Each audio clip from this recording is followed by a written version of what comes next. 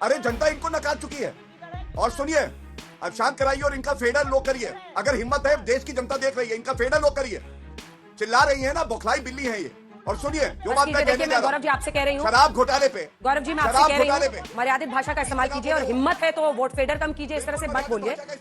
ये मर्यादित भाषा नहीं है। मैं I am raising an objection, please do not talk like this to me. मैं आपसे साफ कह रही हूँ कि आप अपनी बात कहिए, उनकी आवाज नीचे कर दी गई है, आप अपनी बात कहिए और हमें मत ललकारिए कि हिम्मत है तो फेडर डाउन कीजिए। वो देश की दूसरी सबसे बड़ी पार्टी है, लीडर ऑपोजिशन है राहुल गांधी देश की संसद में। ये मैं तय करूंगी कि किसको कितना समय देना है। अब आप अपनी बात बोलिए और मैं आपसे निवेदन करूंगी टॉपिक पे रहिए। गौरव भाटिया जी अब आए ना लाइन पे, तो चलिए शुरू करते हैं। दिल्ली में झुग्गी झोपड़ी वाले वोटर्स जो हैं वो लगभग 10% हैं। करीब 3 लाख परिवार हैं, 15 लाख वोटर्स हैं, 675 झुग्गियां हैं, 1700 जेजे क्लस्टर्स हैं। यूपी, बिहार, मध्य प्रदेश, राजस्थान से आकर लोग रहते हैं। उनको टारगेट करने के लिए क्या ये सिर्फ शगुफा छेड़ा जा रहा है? वरना अपने ही मैनिफेस्टो में आम आदमी पार्टी ने ये पहले छेड़ा था। और इसको लेकर कांग्रेस का क्या प्लान है? अभी बदत है भाई, अभी बदत है। मैं आपको 4 तथ्य बता देती हूँ और उससे दूध का दूध और पानी का पानी, आम आदमी पार्टी का भी और भाजपा के भी पूरे अर्ध सत्य का और पूरे झूठ का पर्दाफाश हो जाएगा। प्रधानमंत्री जी ने अशोक विहार में अभी कुछ ईडब्ल्यूएस आवंटित किए थे, उन्होंने जाके चाबियां दी। ऐसे ही चाबियां उन्होंने 2022 में कालका जी में भी दी थी, करीब 10 परिवारों को। यह अलग बात है कि अभी तक एक भी फ्लैट आवंटित नहीं हुआ। ये पहला तथ्य सुन लीजिए प्रधानमंत्री के झूठ का। हमारे यहाँ ऐसा ही होता है। अब बात करते हैं केजरीवाल जी की। जेलर वाला बाग में 1675 ईडब्ल्यूएस के फ्लैट्स, 3024 ऐसे फ्लैट्स कालका जी में, इन पर काम शुरू हो गया था। 2800 ऐसे फ्लैट्स कठपुतली की जो जगह है वहां पर प्रक्रिया शुरू हो गई थी। 2014 से अभी तक 11 साल बीत गए। इन घरों का क्या हो रहा है? डीडीएस पर चुप क्यों है? डीडीए की अपनी जमीन पर झुग्गियां हैं, वो झुग्गियां कहां गई? वो झुग्गियों पर क्या प्रक्रिया चल रही है? यही नहीं, अभी और सुनिए। तीसरी बात सुनिए, आपने क्लस्टर की बात कही, बहुत अच्छी बात कही। 229 क्लस्टर हमने आइडेंटिफाई किए थे जहां पर करीब 70,000 घर बनने थे और 2014 से लेकर अभी तक एक भी घर उस क्लस्टर का बनकर आवंटित नहीं हो पाया। तो मैं सबसे पहला सवाल करना चाहती हूं आम आदमी पार्टी से और दूसरा सवाल करना चाहती हूं बीजेपी से। आप दोनों लोग साथ मिलकर कब तक दिल्ली को बेवकूफ बनाइएगा? क्योंकि असलियत यह है कि आपके मैनिफेस्टो में रहा था, आपने जबरदस्त लंबा लंबा फेंका था, दिल्ली ने उसको भाजा था। अरे बाप रे, ये तो धोती खोल रहा है। एक चीज आपको और बता दूं, प्रधानमंत्री बड़ी बड़ी बात करते हैं। 2024-25 एक वित्तीय वर्ष का आपको आंकड़ा दे रही हूं, 10 का नहीं, एक वित्तीय वर्ष का आंकड़ा। प्रधानमंत्री ग्रामीण आवास योजना में 37,80,000 घर बनने थे। घर बने हैं 5,43,000, महज 14%। 2 महीने रह गए ये साल खत्म होने के। तो ये बीजेपी का और आम आदमी पार्टी का एक तरीका है, जब दिल्ली की बात आएगी तो आपस में भिड़ जाओ, कोई सलूशन नहीं, कोई समाधान नहीं, बड़ी बड़ी बातें करो। झुग्गी जब केजरीवाल जी जा रहे हैं तो नारे लगा के क्यों भगाए जा रहे हैं वहां से? क्यों लोग कह रहे हैं जो हुआ वो शीला जी ने किया, आप लोग कुछ नहीं कर पाए? और एक बात छोटी सी कहकर अपनी मैं बात समाप्त करती हूँ, उसके बाद आप इन लोगों से बात करिएगा।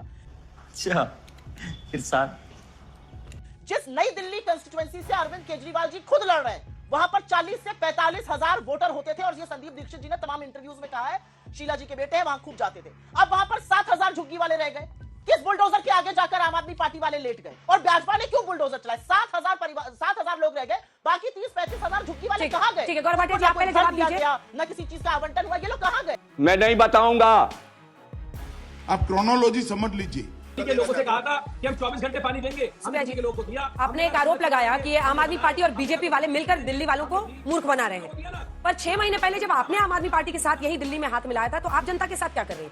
क्योंकि अब 6 महीने बाद आप उनको कोस रही है तो ये आंखों में धूल झोंकने की तो बराबर है। कैसा कैसा?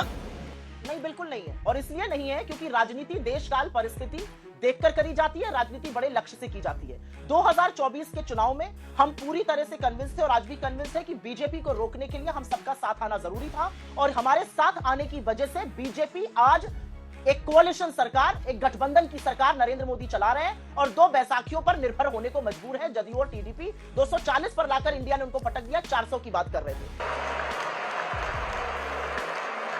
लेकिन जब दिल्ली का चुनाव आया तो हमें लगा 11 साल से एक पार्टी चला रही है, लोगों के अंदर आक्रोश है, एंटी इनकम्बेंसी है और हमें उस पार्टी से भी कुछ सवाल पूछने चाहिए। इसमें कोई विरोधाभास नहीं और मैं आपको बताती हूं क्यों नहीं। जब बीजेपी को वोट चाहिए होते हैं नागालैंड में, गोवा में, केरला में, तो वो बीफ बैन का विरोध करती है। वो कहती है बीफ बैन गलत है, लेकिन उसी बीफ बैन के लिए बीजेपी और उनके साथी लोगों की हत्या करने को यूपी और बिहार में तैयार हो जाते हैं। तो देशकाल परिस्थिति देखकर मुद्दों की और घटक दलों की राजनीति की जाती है, इसमें कोई विरोधाभास नहीं है। बात तो सही है। अरे बड़े खतरनाक लोग हैं। बीजेपी जब तक महबूबा मुफ्ती जी के साथ थी, उनको महबूबा जी कह के पूरा सम्मान देती थी, फिर उनको गुप्कर गैंग का सदस्य बुलाने लगी। तो ये असलियत है इनकी, हमारी ये असलियत नहीं है। अगर देशकाल परिस्थिति देखकर हमें साथ आना था तो हम आए, और मुझे लगता है कि उसका परिणाम इस देश ने देखा। मैं यहाँ पर दो बातें कहना चाहती हूं। आम आदमी पार्टी आपको बीजेपी की बी टीम कह रही है, हमने ढिमकाना कर दिया।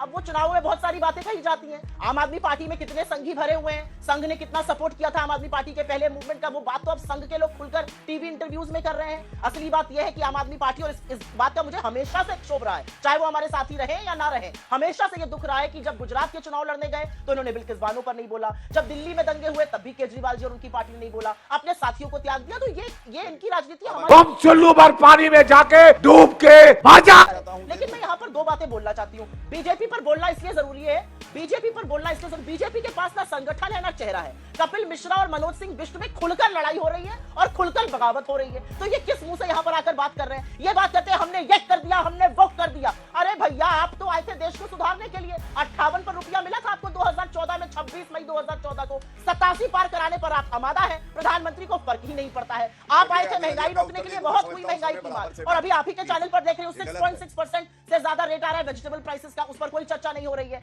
यहाँ पर बात करने की बात थी कि हम चर्चा में बात करेंगे, प्रधानमंत्री आते हैं, चाबी लेकर चले जाते हैं, आवंटन होता नहीं है, उस पर कोई बात नहीं करेंगे। तो अब लगातार मैं अगर इनके बीच में बोलना शुरू करूंगी अंजना जी, तो आप मुझे मत रोकिएगा, आपसे मैं विनम्र आग्रह है, क्योंकि गौरव जी रुक जाइए, वो पूरा करेंगे, पूरा करने दीजिए, फिर मैं आपसे जवाब लूंगी। गौरव जी रुक जाइए, सुप्रिया जी पूरा कीजिए। गौरव जी रुक जाइए, सुप्रिया जी मेरा अपना मानना है, हमारी सरकारें जहां पर हैं, हमारी सरकारों ने जो चीजें कर कर दिखाई है वो हमारा ट्रैक रिकॉर्ड है। इसीलिए हम 2500 प्यारी दीदी योजना लॉन्च करेंगे। हम युवाओं के लिए अप्रेंटिसशिप और 8500 रुपए महीने की बात कर रहे हैं, और हम 25 लाख की हेल्थ बीमा योजना यहां लागू करना चाहते हैं, क्योंकि दिल्ली को तड़प तड़प कर दम तोड़ते हुए हमने देखा है। तब मोदी जी भी आंख पर पट्टी बांधकर बैठे थे और केजरीवाल भी चुप थे, लेकिन दिल्ली को हमने देखा है किस तरह से दिल्ली ने दम तोड़ा था, और रण छोड़कर खुद नरेंद्र मोदी और केजरीवाल जी भाग गए। बैंड बज गया। ये निम्न वर्ग का देखिए 63 पर पहुंचे और 4 पर कांग्रेस पार्टी। अगला दिखा दीजिए मध्यम तबका, जहां पर भारतीय जनता पार्टी को सिर्फ 4% का गेन हुआ, 2% का गेन आम आदमी पार्टी को 15 के मुकाबले, और 7% का नुकसान कांग्रेस पार्टी को हुआ। अब अमीर तबका देखिए, जिसमें 58% बीजेपी को देता है, 47% आम आदमी पार्टी को, और 4 सिर्फ कांग्रेस पार्टी को। क्या यही वजह है कि झुग्गियों के इर्द गिर्द आप इतना शोर देख रहे हैं? वरना 5 साल में कोई भी क्या वाकई हर झुग्गी वाले को एक फ्लैट दे सकता है, मकान दे सकता है? या फिर क्या ये डरा देना कि सारी झुग्गियां खत्म कर दी जाएंगी बिना लोगों को फिर से स्थापना, मतलब घर देने के, रीसेटलमेंट का कोई प्लान के बिना? ये तमाम आरोप आप इस तरह के हवा हवाई इसीलिए सुनते हैं क्योंकि ये बहुत बड़ा तबका है जिसकी वजह से जीत प्रभावशाली हो सकती है। सुप्रिया जी आप जवाब दे दीजिए, उसके बाद मैं कुलदीप कुमार के पास जाऊंगी। सुप्रिया जी जवाब दीजिए। सवाल है कि भ्रष्टाचार के मुद्दे पर कॉम्प्रोमाइज हुआ ना। 6 महीने पहले भी ये वाला घर जिसको आरोप लगाती है बीजेपी, शीश महल है जो केजरीवाल जी का बंगला है, ये शराब घोटाला जिसके आप ही के पार्टी के नेता कहते कि हमने उजागर किया, पर बीच में आपने समझौता कर लिया। तो भ्रष्टाचार से समझौता किया? नहीं